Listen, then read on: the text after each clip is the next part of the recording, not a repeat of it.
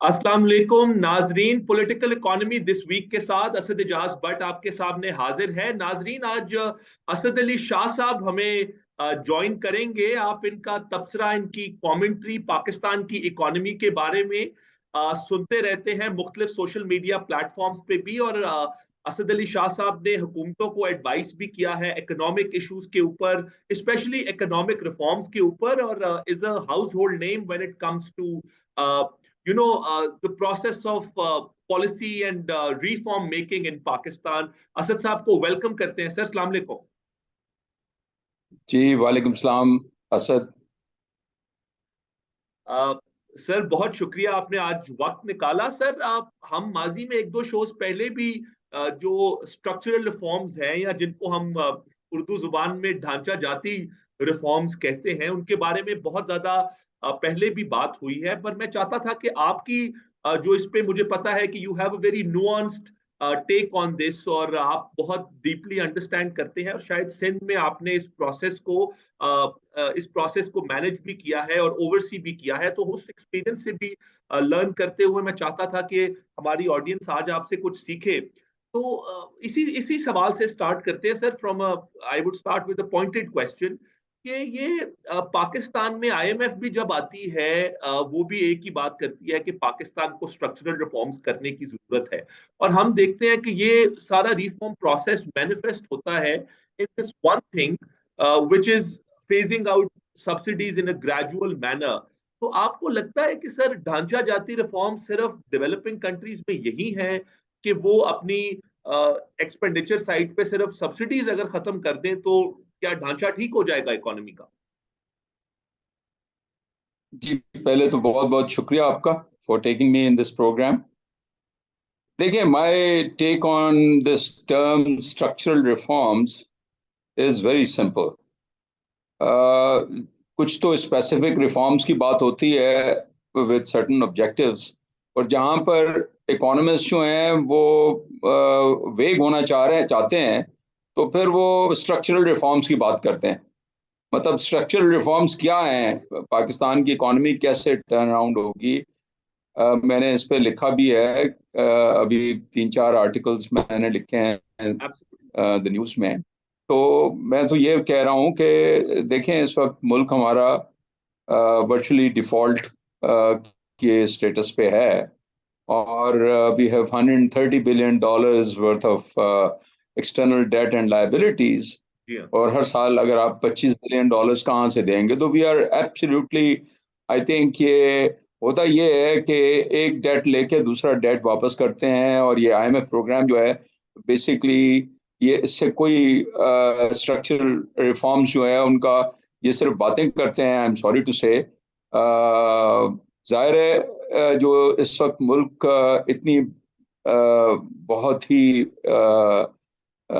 मैं क्या कहना चाहिए कि one of the worst financial and economic crisis में है, और डिफॉल्ट स्टेटस भी है। तो इसमें असल कसूर तो हमारी लीडरशिप का है। हम लोगों ने अपने आप को मैनेज नहीं किया।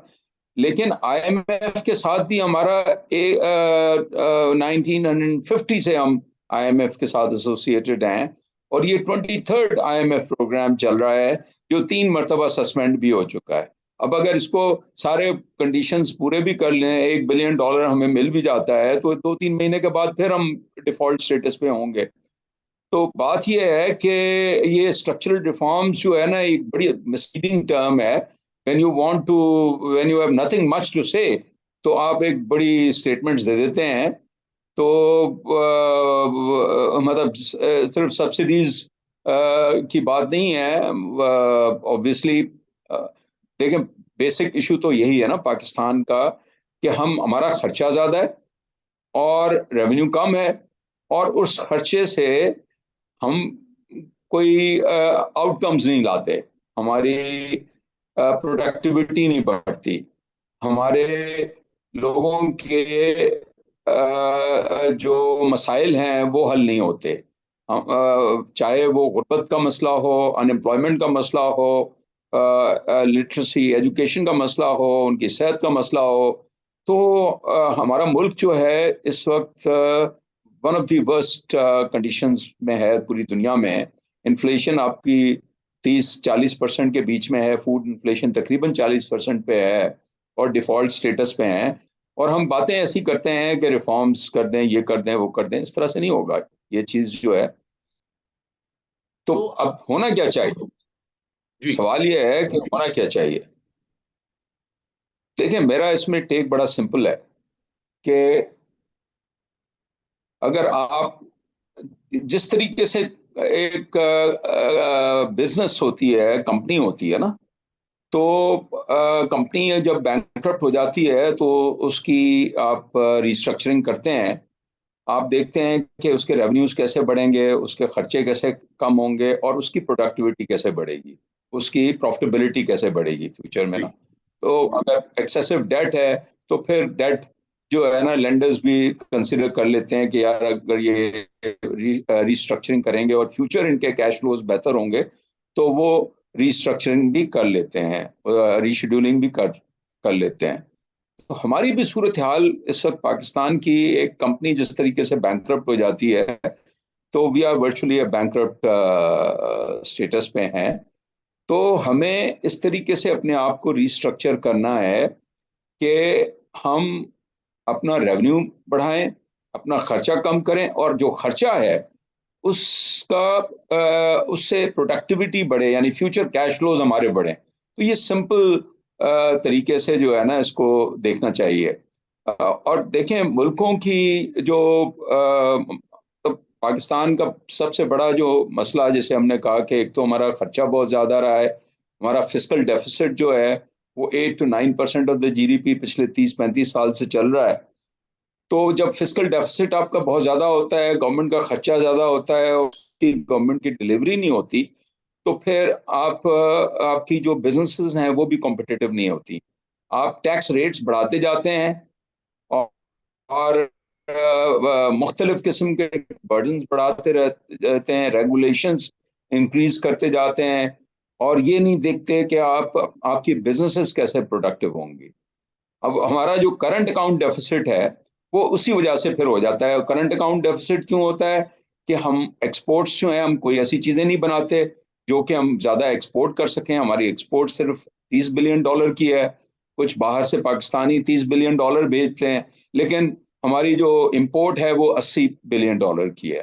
तो $20 बिलियन का या 18-20 बिलियन का हर साल आपका अगर करंट अकाउंट डेफिसिट होगा, तो ये आप डेट लेंगे आप, और हम डेट ले लेके जो है ना अब इतने इस लेवल पे आ गए हैं कि हमें कोई डेट देने के लिए तैयार नहीं है। तो जाहिर है, एक हम सारे इकोनॉमिस्ट कहते हैं कि जी पाकिस्तान का जो हल है वो यही है कि हमें एक्सपोर्ट बढ़ानी है। लेकिन एक्सपोर्ट कैसे बढ़ेगी? एक्सपोर्ट या दूसरी तरफ आप इंपोर्ट्स अपनी कम कर लें, यानी इंपोर्ट को सब्स्टिट्यूट कर लें, लेकिन इंपोर्ट्स कैसे कम हो मतलब सब्स्टिट्यूट होंगी? दोनों के लिए आपको बिजनेसेस को वायबल करना पड़ेगा, एंटरप्रेन्योरशिप की। हमारे बिजनेसेस ऐसी चीज प्रोडक्टिव हों कि वो दुनिया से compete कर सकें। हम दुनिया के साथ compete नहीं कर पा रहे, और हम कोई ऐसी चीजें नहीं बनाते जो कि हम एक्सपोर्ट करें। तो उसके लिए फोकस ही नहीं रहा सरकार का जो है। सरकार का फोकस जो है यही होता है हमारी के जी सारा फोकस पॉलिटिकल पार्टीज का होता है how to come in power. उसके लिए इलेक्टेबल्स बुलाते हैं पार्लियामेंट्स में, और अभी फिर उनको अकोमोडेट करते हैं। अब आप देखें कि इस वक्त हम बैंकक्रप्ट मुल्क हैं और 84 वजीरों की कैबिनेट है। यानी दुनिया की जो रिचेस्ट इकोनॉमी है, अमेरिका जो है, उसका प्रेसिडेंट रूल कर, वहां पर जो चीफ एग्जीक्यूटिव होता है वो 15-16 वजीरों के साथ जो है ना वो काम कर रहा होता है। हम most one of the poorest countries, bankrupt economy, 85-6 ministers भी ऐसे नहीं मिलेंगे जो कि अपने एरियाज में एक्सपर्ट्स हों। तो ना ही हम ब्यूरोक्रेट्स जो है मेरिट्स पे रखते हैं, ब्यूरोक्रेट्स हम वो रखते हैं जो मेरा काम करे। तो पाकिस्तान का कॉन्सेप्ट है ना, मेरा बंदा होना चाहिए। तो ये जो मुल्क है ना, मतलब वो जिस तरीके से हमने या जो हमारे लीडर्स हैं वो अपने आप को सेल्फ प्रोजेक्शन के लिए या अपने इंटरेस्ट को सर्व करने के लिए किया है। अनफॉर्चुनेटली पब्लिक इंटरेस्ट के लिए, लोगों के लिए और ओवरऑल लोगों की बेहतरी के लिए नहीं किया। तो दो चीजें बहुत अहम है। एक तो मैंने कहा कि एंटरप्रेन्योरशिप जो है, वही मुल्क जो है आगे बढ़ते हैं, उनका जीडीपी बढ़ता है जिन जिनके यहाँ एंटरप्रेन्योरशिप बड़ी स्ट्रांग हो, जहां पर प्रॉफिटेबिलिटी हो, तो फिर एफडीआई भी आती है और इन्वेस्टमेंट भी होती है। और दूसरी सबसे इम्पोर्टेंट एसेट जो है ना किसी भी मुल्क की, वो कोई गोल्ड नहीं होता या मिनरल रिसोर्सेज नहीं होते। सबसे इंपॉर्टेंट रिसोर्स जो है ना, वो ह्यूमन रिसोर्स होती है आपकी। आप ये देखें, वही मुल्क सारे आगे बढ़ते हैं जहाँ पर उनका ह्यूमन डेवलपमेंट जो है ना, वो सबसे बेस्ट हो, जहाँ के लोग जो हैं पढ़े लिखे हों, उनकी स्किल्स हों और उनकी प्रोडक्टिविटी हो।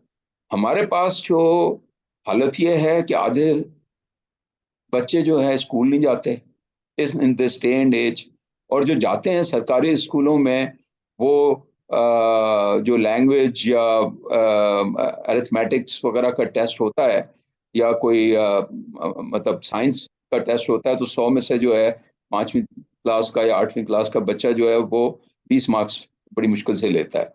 तो अगर ये हमारा ह्यूमन रिसोर्स है ओवरऑल, चंद ही मतलब 1-2% जो लोग हैं जो कि ए लेवल्स करते हैं या कुछ ब्राइट बच्चे निकलते हैं, उसके अलावा ओवरऑल जो हमारा यूथ बल्ज भी है, वो एक लायबिलिटी है हमारे। तो ह्यूमन डेवलपमेंट जब तक हम नहीं करेंगे, हमने न तालीम पे सही खर्चा किया है, न तालीम को सही मैनेज किया है, और हम ब्यूरोक्रेसी और number of governments and people and departments जो हैं वो बढ़ाते रहे हैं। तो that is briefly the issue of this country. Sir thank you. आपने बड़ा एलैबोरेट जवाब दिया इस सवाल का, और आई एम श्योर के लोगों को बेहतर समझ आई होगी कि ढांचा जाति रिफॉर्म्स क्या है। आपने सर एक बड़ी इंटरेस्टिंग बात की कि जो डेफिनेटली पाकिस्तान की इकोनॉमिक प्रॉब्लम्स को आपने हाईलाइट किया, पर साथ ही आपने इस बात का भी तस्करा किया कि जो स्ट्रक्चरल रिफॉर्म्स की बात स्पेशली डोनर्स की तरफ से की जाती है या इंटरनेशनल फाइनेंशियल इंस्टीट्यूशन की तरफ से की जाती है, वो एक वेग टर्म है जिसमें गालिबन उनको खुद भी अंडरस्टैंडिंग नहीं है कि वो हमसे चाहते क्या है जब वो स्ट्रक्चरल रिफॉर्म्स की बात करते हैं। और जैसे हमने बात की कि always boils down to subsidies, और नेचुरली सब्सिडीज एक एक्यूलीज हील है और इसमें तो कोई दो राय नहीं है। लेकिन सर आपने जो इसमें हमारी रिसोर्स मोबिलाइजेशन की बात की कि हमारी आमदन कम है और खर्चे ज्यादा हैं, उसमें सर एक बहुत बड़ा खर्चा जो है वो हम कर रहे हैं तकरीबन 1 ट्रिलियन के या उससे भी ज्यादा हमारे एसओईज के, स्टेट ओन्ड एंटरप्राइजेस के एक्यूमुलेटेड लॉसेस हैं। और एक जी सर एक इसमें होता ये रहा है रिसेंट पास्ट में कि हम अगर इन एसओईज के ऊपर जो लाइबिलिटीज हैं, अब चाइना जब हम प्राइवेटाइजेशन की बात करते हैं और प्राइवेटाइज करने की कोशिश करते हैं, तो जो पोटेंशियल बायर आता है, और ये मेरा इसमें पर्सनल एक्सपीरियंस भी है, वो पोटेंशियल बायर आके ये कहता है कि आप हमें बैलेंस शीट क्लियर करके दें। आपसे बेहतर तो सर बैलेंस शीट्स को कोई नहीं समझता, you being a professional accountant. तो वो ये कहते हैं कि आप बैलेंस शीट क्लियर करके दें। बैलेंस शीट क्लियर करने का मतलब है कि you need more finances and thus more debt to clear the balance sheet. वो आप कर नहीं पाते और ये एक बहुत बड़ी रुकावट बन जाती है प्राइवेटाइजेशन की तरफ। अगर तो आप बैलेंस शीट नहीं क्लियर करते तो वो फिर बहुत ज्यादा अंडर कोट करते हैं और उस पर आप सेल करना नहीं चाहते। तो ये एक वही एक एक कैच 22 सिचुएशन बनी हुई है कि आप बैलेंस शीट क्लियर करना कर भी नहीं सकते, और जब तक क्लियर नहीं कर पाते तो आप प्राइवेटाइज भी नहीं कर सकते। तो आप सर इसके ऊपर भी काइंडली बताएं कि ये वाला जो एक हमारा इतनी बिग चंक ऑफ एक्सपेंडिचर है, इसको हम कैसे खत्म करें। देखिए, प्राइवेटाइजेशन जो है, ये एसओईज का जो इशू है, ये one of the big issues है डेफिनेटली। और ज्यादातर जो आप सब्सिडी की बात कर रहे हैं, तो उसमें ज्यादातर सब्सिडी जो है वो पावर सेक्टर में और एनर्जी सेक्टर में है, ठीक है ना। और एनर्जी सेक्टर का 2.5-2.8 ट्रिलियन हो गया है। और अगर गैस का डेट मिला लें, गैस कंपनीज में भी डेट हो गया है, सर्कुलर डेट, SNGPL वगैरह में, तो वो मिलाएं तो ये 4.5 to 5 ट्रिलियन रुपीस बन जाता है। अब जहां तक प्राइवेटाइजेशन का ताल्लुक है जो आप बात कर रहे हैं, एक तो ये है कि ये प्राइवेटाइजेशन जो है ना, ब्यूरोक्रेसी और जिस तरीके से गवर्नमेंट कर रही है, करने की कोशिश, मतलब कुछ अरसे कुछ गवर्नमेंट्स ने कोशिश की है, और कुछ हुई भी है, प्राइवेटाइजेशन काफी हद तक हुई भी है। बैंक की प्राइवेटाइजेशन हो गई, कराची इलेक्ट्रिक की हो गई, अपना PTCL की हो गई। लेकिन ये पाकिस्तान स्टील मिल का जो केस हुआ था 2008 में, उसके बाद से सारी स्ट्रेटेजिक प्राइवेटाइजेशन रुक गई। अब ये जो आप बात कर रहे हैं ना, बैलेंस शीट क्लियर करके दें, अब हुआ ये है कि तीन बड़ी जो एंटिटीज हैं जो जो जिनके लॉसेस हैं, एक तो PIA है आपकी, जिसमें तकरीबन अब साल का 90 या 100 अरब रुपए का इस साल का नुकसान होगा, सिर्फ एक PIA का।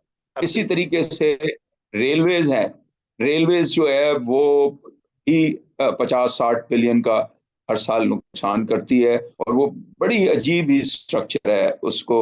और तीसरी पाकिस्तान स्टील है।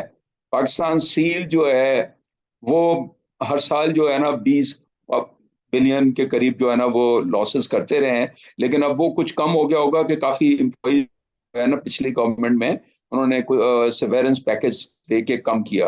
अब ये बैलेंस शीट क्लियर करने वाली बात जो है इन एंटिटीज की है जो कि बहुत जहां लॉसेस हैं, like for instance Pakistan steel है।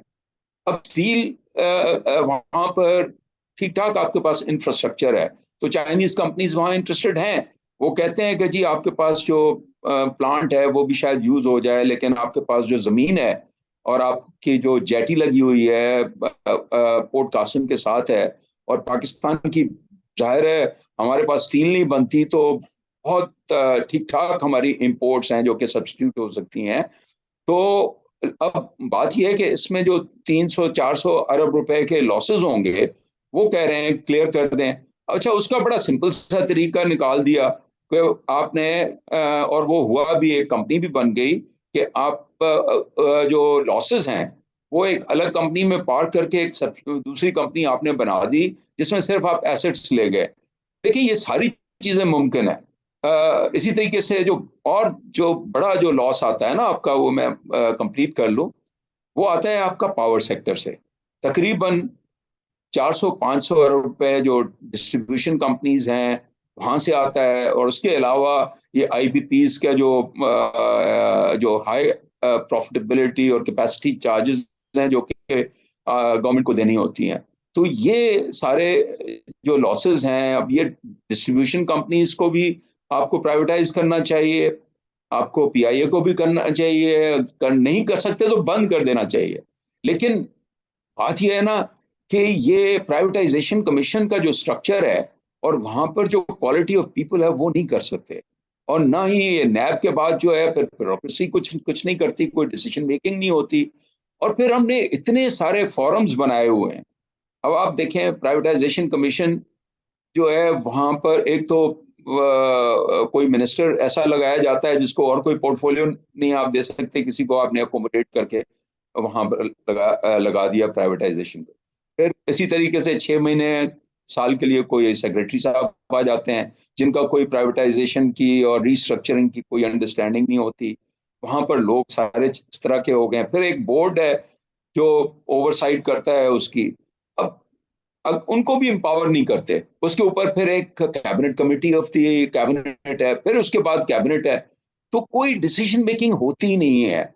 और अगर थोड़ी सी आपने कोई कोशिश की कोई, तो वहां पर अपोजिशन शुरू कर देती है कि जी ट्रांसपेरेंसी नहीं है, ये हो गया वो हो गया। तो ये इस मुल्क में मतलब ये है कि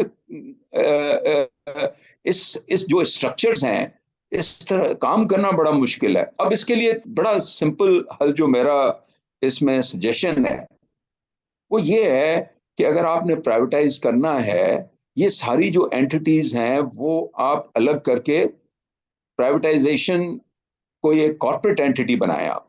आप उसको कैबिनेट से निकालें, आप उसको पब्लिक सेक्टर से निकालें, इसको make it a public private partnership kind of a thing. उसमें आप प्रोफेशनल मैनेजमेंट ले आए, प्रोफेशनल सीईओ ले आए, who should be running and professional board. उसमें ठीक है आप कुछ ब्यूरोक्रेट्स भी लगाएं, लेकिन the government rules should not apply. ये जो प्राइवेटाइजेशन एक्ट है जो बना है, उसमें इतने प्रोसेसेस हैं, इतने सारे कंसल्टेंट्स इंगेज करने होते हैं। मैं तो क्योंकि खुद एडवाइजर रहा हूँ, यानी एक जो बड़ी होती हैं कॉर्पोरेट एंटिटीज, उसको प्राइवेटाइज करने के लिए जो कंसल्टेंट, आपको एक इन्वेस्टमेंट बैंक चाहिए होता है, एक अकाउंटिंग फर्म चाहिए होती है, एक लीगल फर्म चाहिए होती है, एक एचआर फर्म चाहिए होती है। वो इतना बड़ा कंसोर्टियम बन जाता है कि उसकी मीटिंग करना ही बड़ी मुश्किल होती है। और फिर वहां पर जो है सारे ब्यूरोक्रेट्स को लाना पड़ता है। तो इट्स हमने जो गवर्नमेंट को डिसीजन मेकिंग जो है ना, वो इतना मैसअप किया हुआ है कि उसको ठीक करना जो है ना, एक्चुअली वो that is the restructuring that is required. So it's otherwise ये कुछ नहीं हो सकेगा। you're saying it's not an accounting or economic issue, it's more of a governance issue than anything else. It is a governance issue, absolutely. That's the crux. Problem यह है कि we are, वो doctor Ishrat साहब ने लिखा था governing the ungovernable, तो हमने उसमें मतलब उसके थ्रू कोई गवर्नेंस इंप्रूव नहीं कर रहे हैं। असल में we have expanded the government so much that वो इतने ब्यूरोक्रेट्स, कोई 30 से 35 लाख लोग हैं जो गवर्नमेंट में काम करते हैं, ठीक है ना। और इसमें से ये ज्यादातर लोग जो हैं वो सरवाइव करना होता है उनको, कि डिफरेंट गवर्नमेंट्स में जो है ना, और अपना वो देखते हैं कि what is in it for me, मतलब। और प्लस ये है कि अगर आप कोई डिसीजन मेकिंग ना करें और गलती ना करें, वो कहते हैं कोई गलती ना करे, तो फिर तो आप प्रमोट होते रहेंगे। लेकिन अगर गलती से आप कोई ऐसी जगह पर हैं जहाँ पर कोई नैब की इन्वेस्टिगेशन वगैरह हो गई या कोई एलिगेशन लग गई, तो फिर रिस्क हो जाता है आपका। तो ये जो है ना, हम एक बड़े अजीब ही सिचुएशन में फंसे हुए हैं कि यहाँ पर performance is not rewarded, non performance is rewarded. Sir, जो लोग पाकिस्तान में बिल्कुल नहीं सोचते वो तो इस मुसीबत में नहीं फंसे हुए, लेकिन आप जैसे लोग जो सोचते हैं पाकिस्तान के बारे में और मसाइल के हल के बारे में, वो एक बहुत बड़ी मुसीबत में इस मुल्क में फंसे हुए हैं पिछले 70 साल से। क्योंकि एक मसले को हल करो और 4 नए खुल जाते हैं। पर सर, हमने इकोनॉमिक्स और अकाउंटिंग की बात की। I want to end this, we are rushing towards the end of the show.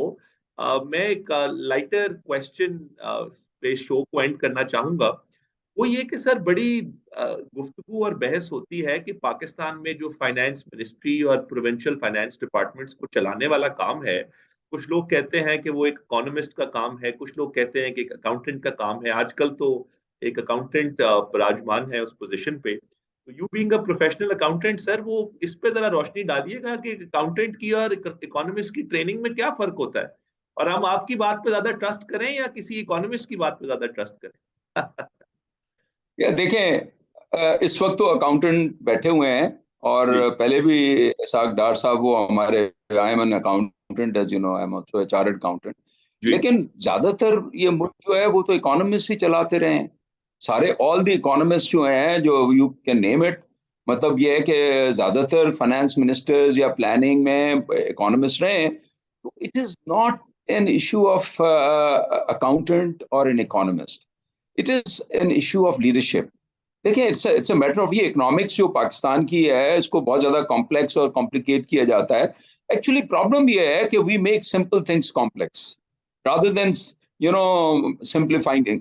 देखिए, लाइफ जो है ना वो काफी सिंपल है, but we make it complicated, जो है जी ना।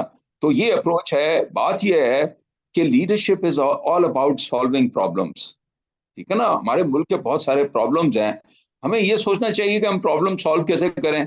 लेकिन हम ऐसे लोग ले आते हैं और इस तरीके से इसको गवर्न करते हैं कि हम प्रॉब्लम्स के ऊपर और प्रॉब्लम, नए प्रॉब्लम्स क्रिएट करते जाते हैं। तो उसका सिंपल जो है ना सोल्यूशन ये है, leadership is all about getting the right team. आपको वो मैं कहता हूं ना कि only thing which is more important then your ability is your ability to recognize the ability. देखिए, फाइनेंस मिनिस्टर या प्राइम मिनिस्टर कुछ नहीं कर सकता। उनका प्राइम मिनिस्टर का काम क्या होना चाहिए? प्राइम मिनिस्टर का काम ये होना चाहिए to select the right team who and then empower them to solve the problems and then hold them accountable. वो एक मिकावली का एक कोट है, वो उसने कहा था कि if you want to see the quality of a leader, don't look at him, look around him, look at the people he is surrounded with. तो वो आप देखें हमारे पास वो कैसे हैं। तो असल बात यह है कि it's not an issue of economist or an accountant or an MBA. I think any sensible person who wants to resolve the problems, who is empowered, जो अपनी अच्छी टीम बिल्ड कर सके। अनफॉर्चुनेटली कोई टीम बिल्डिंग नहीं होती, वही bureaucrats के साथ आपको डील करना होता है, और वही रूल्स जो हैं हमें जो अंग्रेज दे गया है उसको उसी को लेके, बल्कि उसको और हमने खराब किया है जो है ना पिछले 75 साल में, उसको हम इम्प्रूव नहीं करते। हमारे सारे रूल्स लॉज जो हैं वो हम कॉपी पेस्ट करते हैं, बजाय इसके कि हम सोचें और सोच के अपने प्रॉब्लम सॉल्व करने के लिए। Laws are made to improve our governance and to solve our problems, not to create problems. हमारे जो रूल्स हैं वो इस तरह से बने हुए हैं कि आप कोई काम ना कर सकें। तो ये इशू है। Thank you for a lovely message, sir. I think this is the best note to close the show. बहुत शुक्रिया असद अली शाह साहब, आपने हमें ज्वाइन किया। आई एम श्योर मेरी ऑडियंस ने आपसे बहुत लर्न किया होगा। नाजरीन, पॉलिटिकल इकोनॉमी दिस वीक के साथ असद इजाज बट को नया दौर टीवी पर इजाजत दीजिए।